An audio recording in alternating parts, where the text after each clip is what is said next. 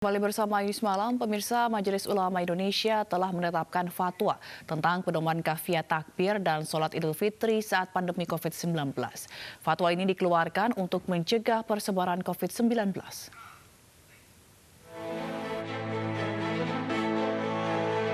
Majelis Ulama Indonesia menetapkan fatwa nomor 28 tahun 2020 tentang panduan kafiyah takbir dan sholat Idul Fitri saat pandemi corona.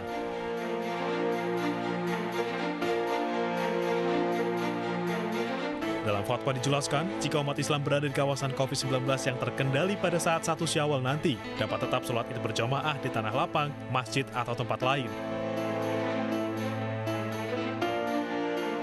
Namun bagi umat muslim yang berada di kawasan COVID-19 yang belum terkendali atau zona merah, sholat Idul Fitri dilaksanakan di rumah dengan berjemaah ataupun sendiri. Secara keseluruhan, baik pelaksanaan sholat Idul Fitri di rumah ataupun di masjid, umat Islam harus tetap melaksanakan protokol kesehatan dan mencegah terjadinya potensi penularan.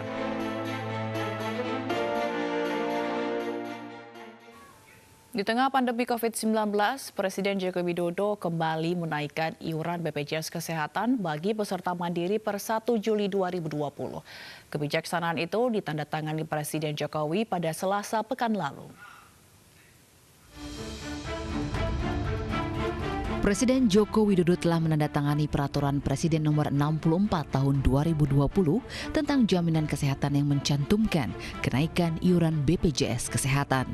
Dalam peraturan tersebut, peserta mandiri segmen pekerja bukan penerima upah atau PBPU dan bukan pekerja mulai diberlakukan pada 1 Juli 2020. Peserta kelas 1 kenaikan iuran menjadi Rp150.000 dari yang sebelumnya Rp80.000. Untuk kelas 2, peserta BPJS Kesehatan harus membayar Rp100.000 dari sebelumnya Rp51.000. Sementara untuk kelas 3, pemerintah memberi subsidi Rp16.500 sehingga tetap membayar Rp25.500. Namun pada 2021 mendatang, subsidi untuk kelas 3 berkurang menjadi Rp7.000, sehingga iuran yang harus dibayar peserta sebesar Rp35.000. Menurut pemerintah, kenaikan iuran di tengah pandemi corona untuk menjaga keberlanjutan operasional BPJS Kesehatan. Kaitannya dengan pelayanan, karena bagaimanapun juga pelayanan akan baik kalau cash flow rumah sakitnya juga baik. Kalau kita telat bayar rumah sakit, mungkin ya tidak begitu mudah kita memperbaiki, walaupun komitmen rumah sakit kami yakin sangat tinggi dengan berbagai mekanisme sementara yang bisa kita tutup untuk pembayaran itu, misalnya dengan SCF dan lain-lain. Jadi ADM Perpres ini sekali lagi menekankan tujuan yang disampaikan tadi oleh Pak Asko yang untuk kebaikan bersama, kemudian membangun sistem universal health coverage yang semuanya bergotong royong, ya. Pemerintah tetap hadir. Yang kedua untuk perbaikan layanan, yang ketiga tadi sesuai dengan regulasi turut undang-undang proses penyesuaian yang rutin 2 tahun sekali. Sebelumnya Jokowi telah menaikkan tarif BPJS Kesehatan melalui Perpres Nomor 75 Tahun 2019 pada Oktober. Besaran kenaikan ditetapkan saat itu sebesar 100% untuk kelas 1 dan 2. Namun Mahkamah Agung membatalkan Perpres tersebut pada akhir Februari 2020. Dalam pertimbangannya, MA melihat ada ketidaksesuaian Perpres tentang jaminan kesehatan tersebut dengan beberapa undang-undang termasuk Undang-Undang Dasar 1945. Tim Liputan iNews melaporkan. Presiden Joko Widodo dan Wakil Presiden Ma'ruf Amin mengikuti doa kebangsaan dan kemanusiaan dalam menghadapi pandemi COVID-19. Selain kedua pemimpin negara, sejumlah tokoh lintas agama juga ikut dalam doa bersama yang digelar secara virtual.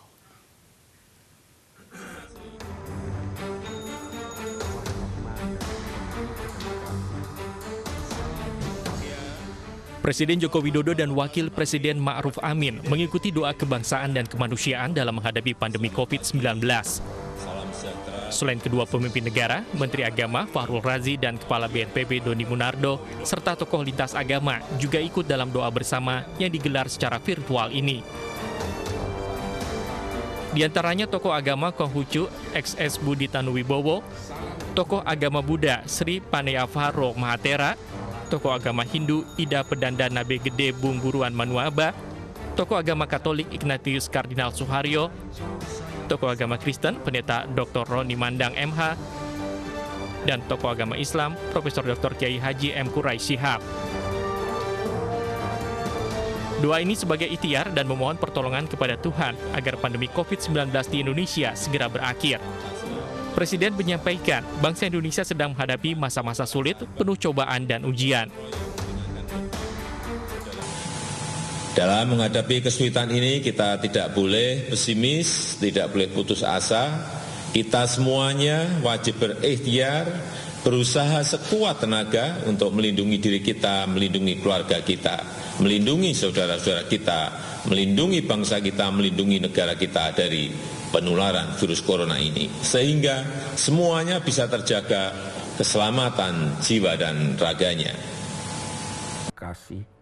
Namun Presiden meminta semua orang optimis menghadapi tantangan untuk menyelesaikan masalah pandemi ini. Kegiatan ini bertepatan dengan pelaksanaan Hari Doa Sedunia yang jatuh pada 14 Mei. Tim Liputan iNews melaporkan. Pemirsa, keputusan pelarungan jenazah ABK Longsing 629 yang meninggal dunia diambil tanpa persetujuan ABK lain maupun keluarga ABK. Sebelum dilarung, jenazah sempat dimasukkan ke dalam freezer.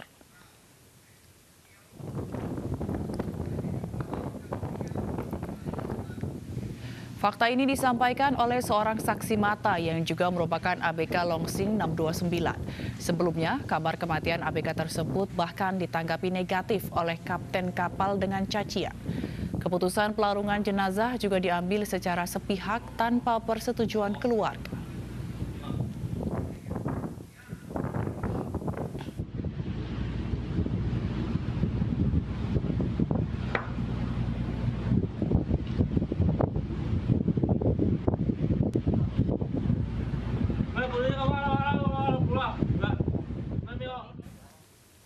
Mekanisme pelarungan jenazah ABK Longsing 629 hingga kini masih simpang siur.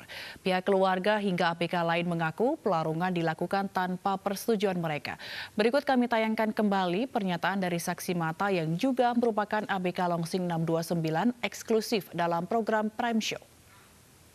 Ketika kemudian akhirnya Ari meninggal, itu ceritanya seperti apa, Mas Ical? Waktu itu jam 10 ya, pokoknya pagi lah menjelang siang gitu. Dia perlu sakit kayak gitu. Pas saya lihat dia udah mau mengembuskan napas terakhirnya kayak gitu, Mbak. Jadi saya juga nggak tega ya, saya tuntun dengan bacaan sesuai agama kita ya, Mbak ya, Islamnya kayak gitu. Nah, pada saat itu apakah Anda melapor ke kapten kapal, Mas Ical? Saya langsung melapor ke kapten. Kemudian apa yang disampaikan? Ya kemudian dia malah bilang, ya ada cacian lah, ada cacian. Kalau disebut dalam kita ya agak jelek ya. Tapi kalau di bahasa Cina dia itu malakabi kayak gitu. Ya artinya apa itu, Mas? Ya kayak cacian persetan kayak gitulah. Oke. Nah, ketika kemudian akhirnya Ari meninggal, itu keputusannya memang langsung dilarung atau ada keputusan lain yang diambil oleh kapten kapal pertama kali? Kapten kapal kita proses dulu ya, itu almarhum Ari itu kita mandiin, kita sholatin, kayak gitu. Terus itu sempat dimasukin ke freezer 1 malam itu prosesnya kayak gitu. Jadi sebenarnya waktu dimasukkan ke freezer itu memang ada niat untuk membawa sampai ke daratan? Kurang tahu ya Mbak ya, cuma saya sama ABK yang lain itu berharapnya kayak gitu. Karena ya nggak manusiawi lah kalau untuk dibuang kayak gitu. Kapten pernah bilang, mandor kapten itu pernah bilang, katanya sudah ada perizinan dari keluarga, dari Indonesia sudah ada telepon katanya. Makanya kita ABK ya nggak bisa gimana kalau udah keluarga mengasihkan kayak gitu. Kita sebagai ABK sendiri ya mau kayak gimana kayak gitu Mbak. Ya, kalau kemudian katanya Kapten seperti itu kan tidak bisa dibuktikan ya, Mas Ical juga sampaikan. Tapi dari pihak ABK Indonesia sendiri yang ada di kapal bersama-sama, itu apakah sempat ditanyai atau diminta persetujuannya gitu? Semacam kalau di kita mungkin inform consent gitu ya Mas, jadi ada formulir persetujuan, itu pernah dimintakah? Pernah, waktu paginya almarhum meninggal, malamnya itu kita dikumpulin, Mbak. Dipinta tanda tangan dengan bahasa Cina. Kita kan nggak ngerti itu bahasanya apa, isinya apa. Kalau untuk bahasa Inggris, ya oke, kita masih ngerti ya, sedikit-sedikit. Cuma ini dalam tulisan bahasa Cina, ya kita nggak tahu apa-apa. Katanya suruhnya udah tanda tangan aja. Pemirsa, topan atau angin kencang disertai hujan deras menghantam bagian timur Filipina. Puluhan ribu orang dievakuasi dari wilayah yang beresiko tinggi terhadap bencana ini.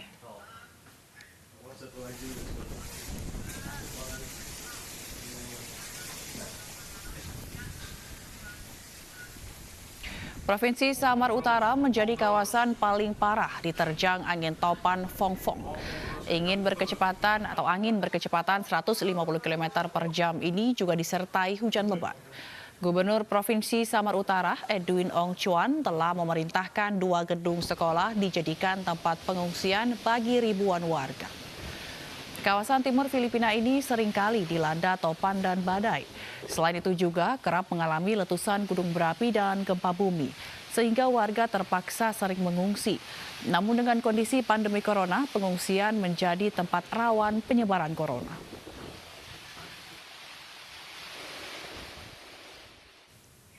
Kebakaran di negara bagian Florida, Amerika Serikat menghanguskan 400 hektar lahan. Sementara itu, 30 rumah penduduk terancam angus dilalap api.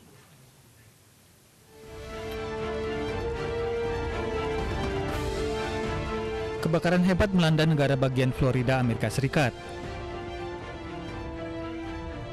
Menurut pejabat setempat, ada 7 titik kebakaran yang menghanguskan sedikitnya 400 hektar hutan. Kejadian ini juga menyebabkan jalan antar negara bagian dan jalan tol ditutup. Sedangkan menurut Dinas Kehutanan Florida, sedikitnya ada 30 rumah yang rawan dilalap api. Saat ini, petugas kepolisian tengah mengevakuasi warga yang berada di sekitar area kebakaran.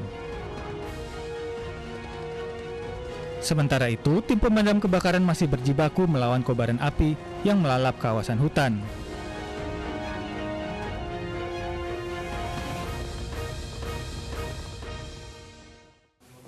Pemirsa, mari kita dukung para pejuang kemanusiaan dengan peduli melawan penyebaran virus corona. Bantuan bisa disalurkan melalui rekening yang tertera di layar televisi Anda.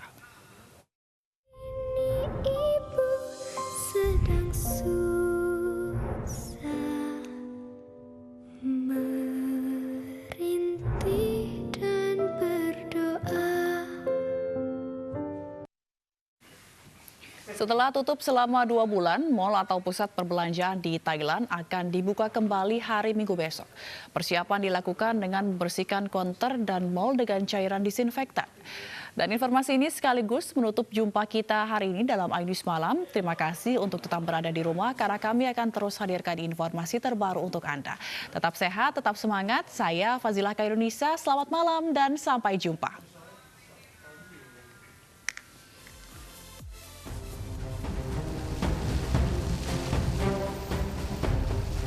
Di salah satu mal terbesar di kota Bangkok, Thailand, sejumlah pegawai toko bersiap menyambut dibukanya kembali mal atau pusat perbelanjaan yang selama pandemi corona tutup selama 2 bulan. Rencananya, mal-mal ini akan dibuka pada hari Minggu. Para pegawai menyambut gembira rencana itu, meski sebagian mengaku masih takut akan keselamatan mereka. Untuk mengecek kondisi kesehatan pengunjung, pemindai suhu tubuh dan fasilitas cuci tangan ditempatkan di pintu masuk. Sebuah robot akan mengikuti pengunjung yang tidak mengenakan masker. Menteri Kesehatan Masyarakat Thailand Anutin Charnvirakul meninjau persiapan pembukaan mal.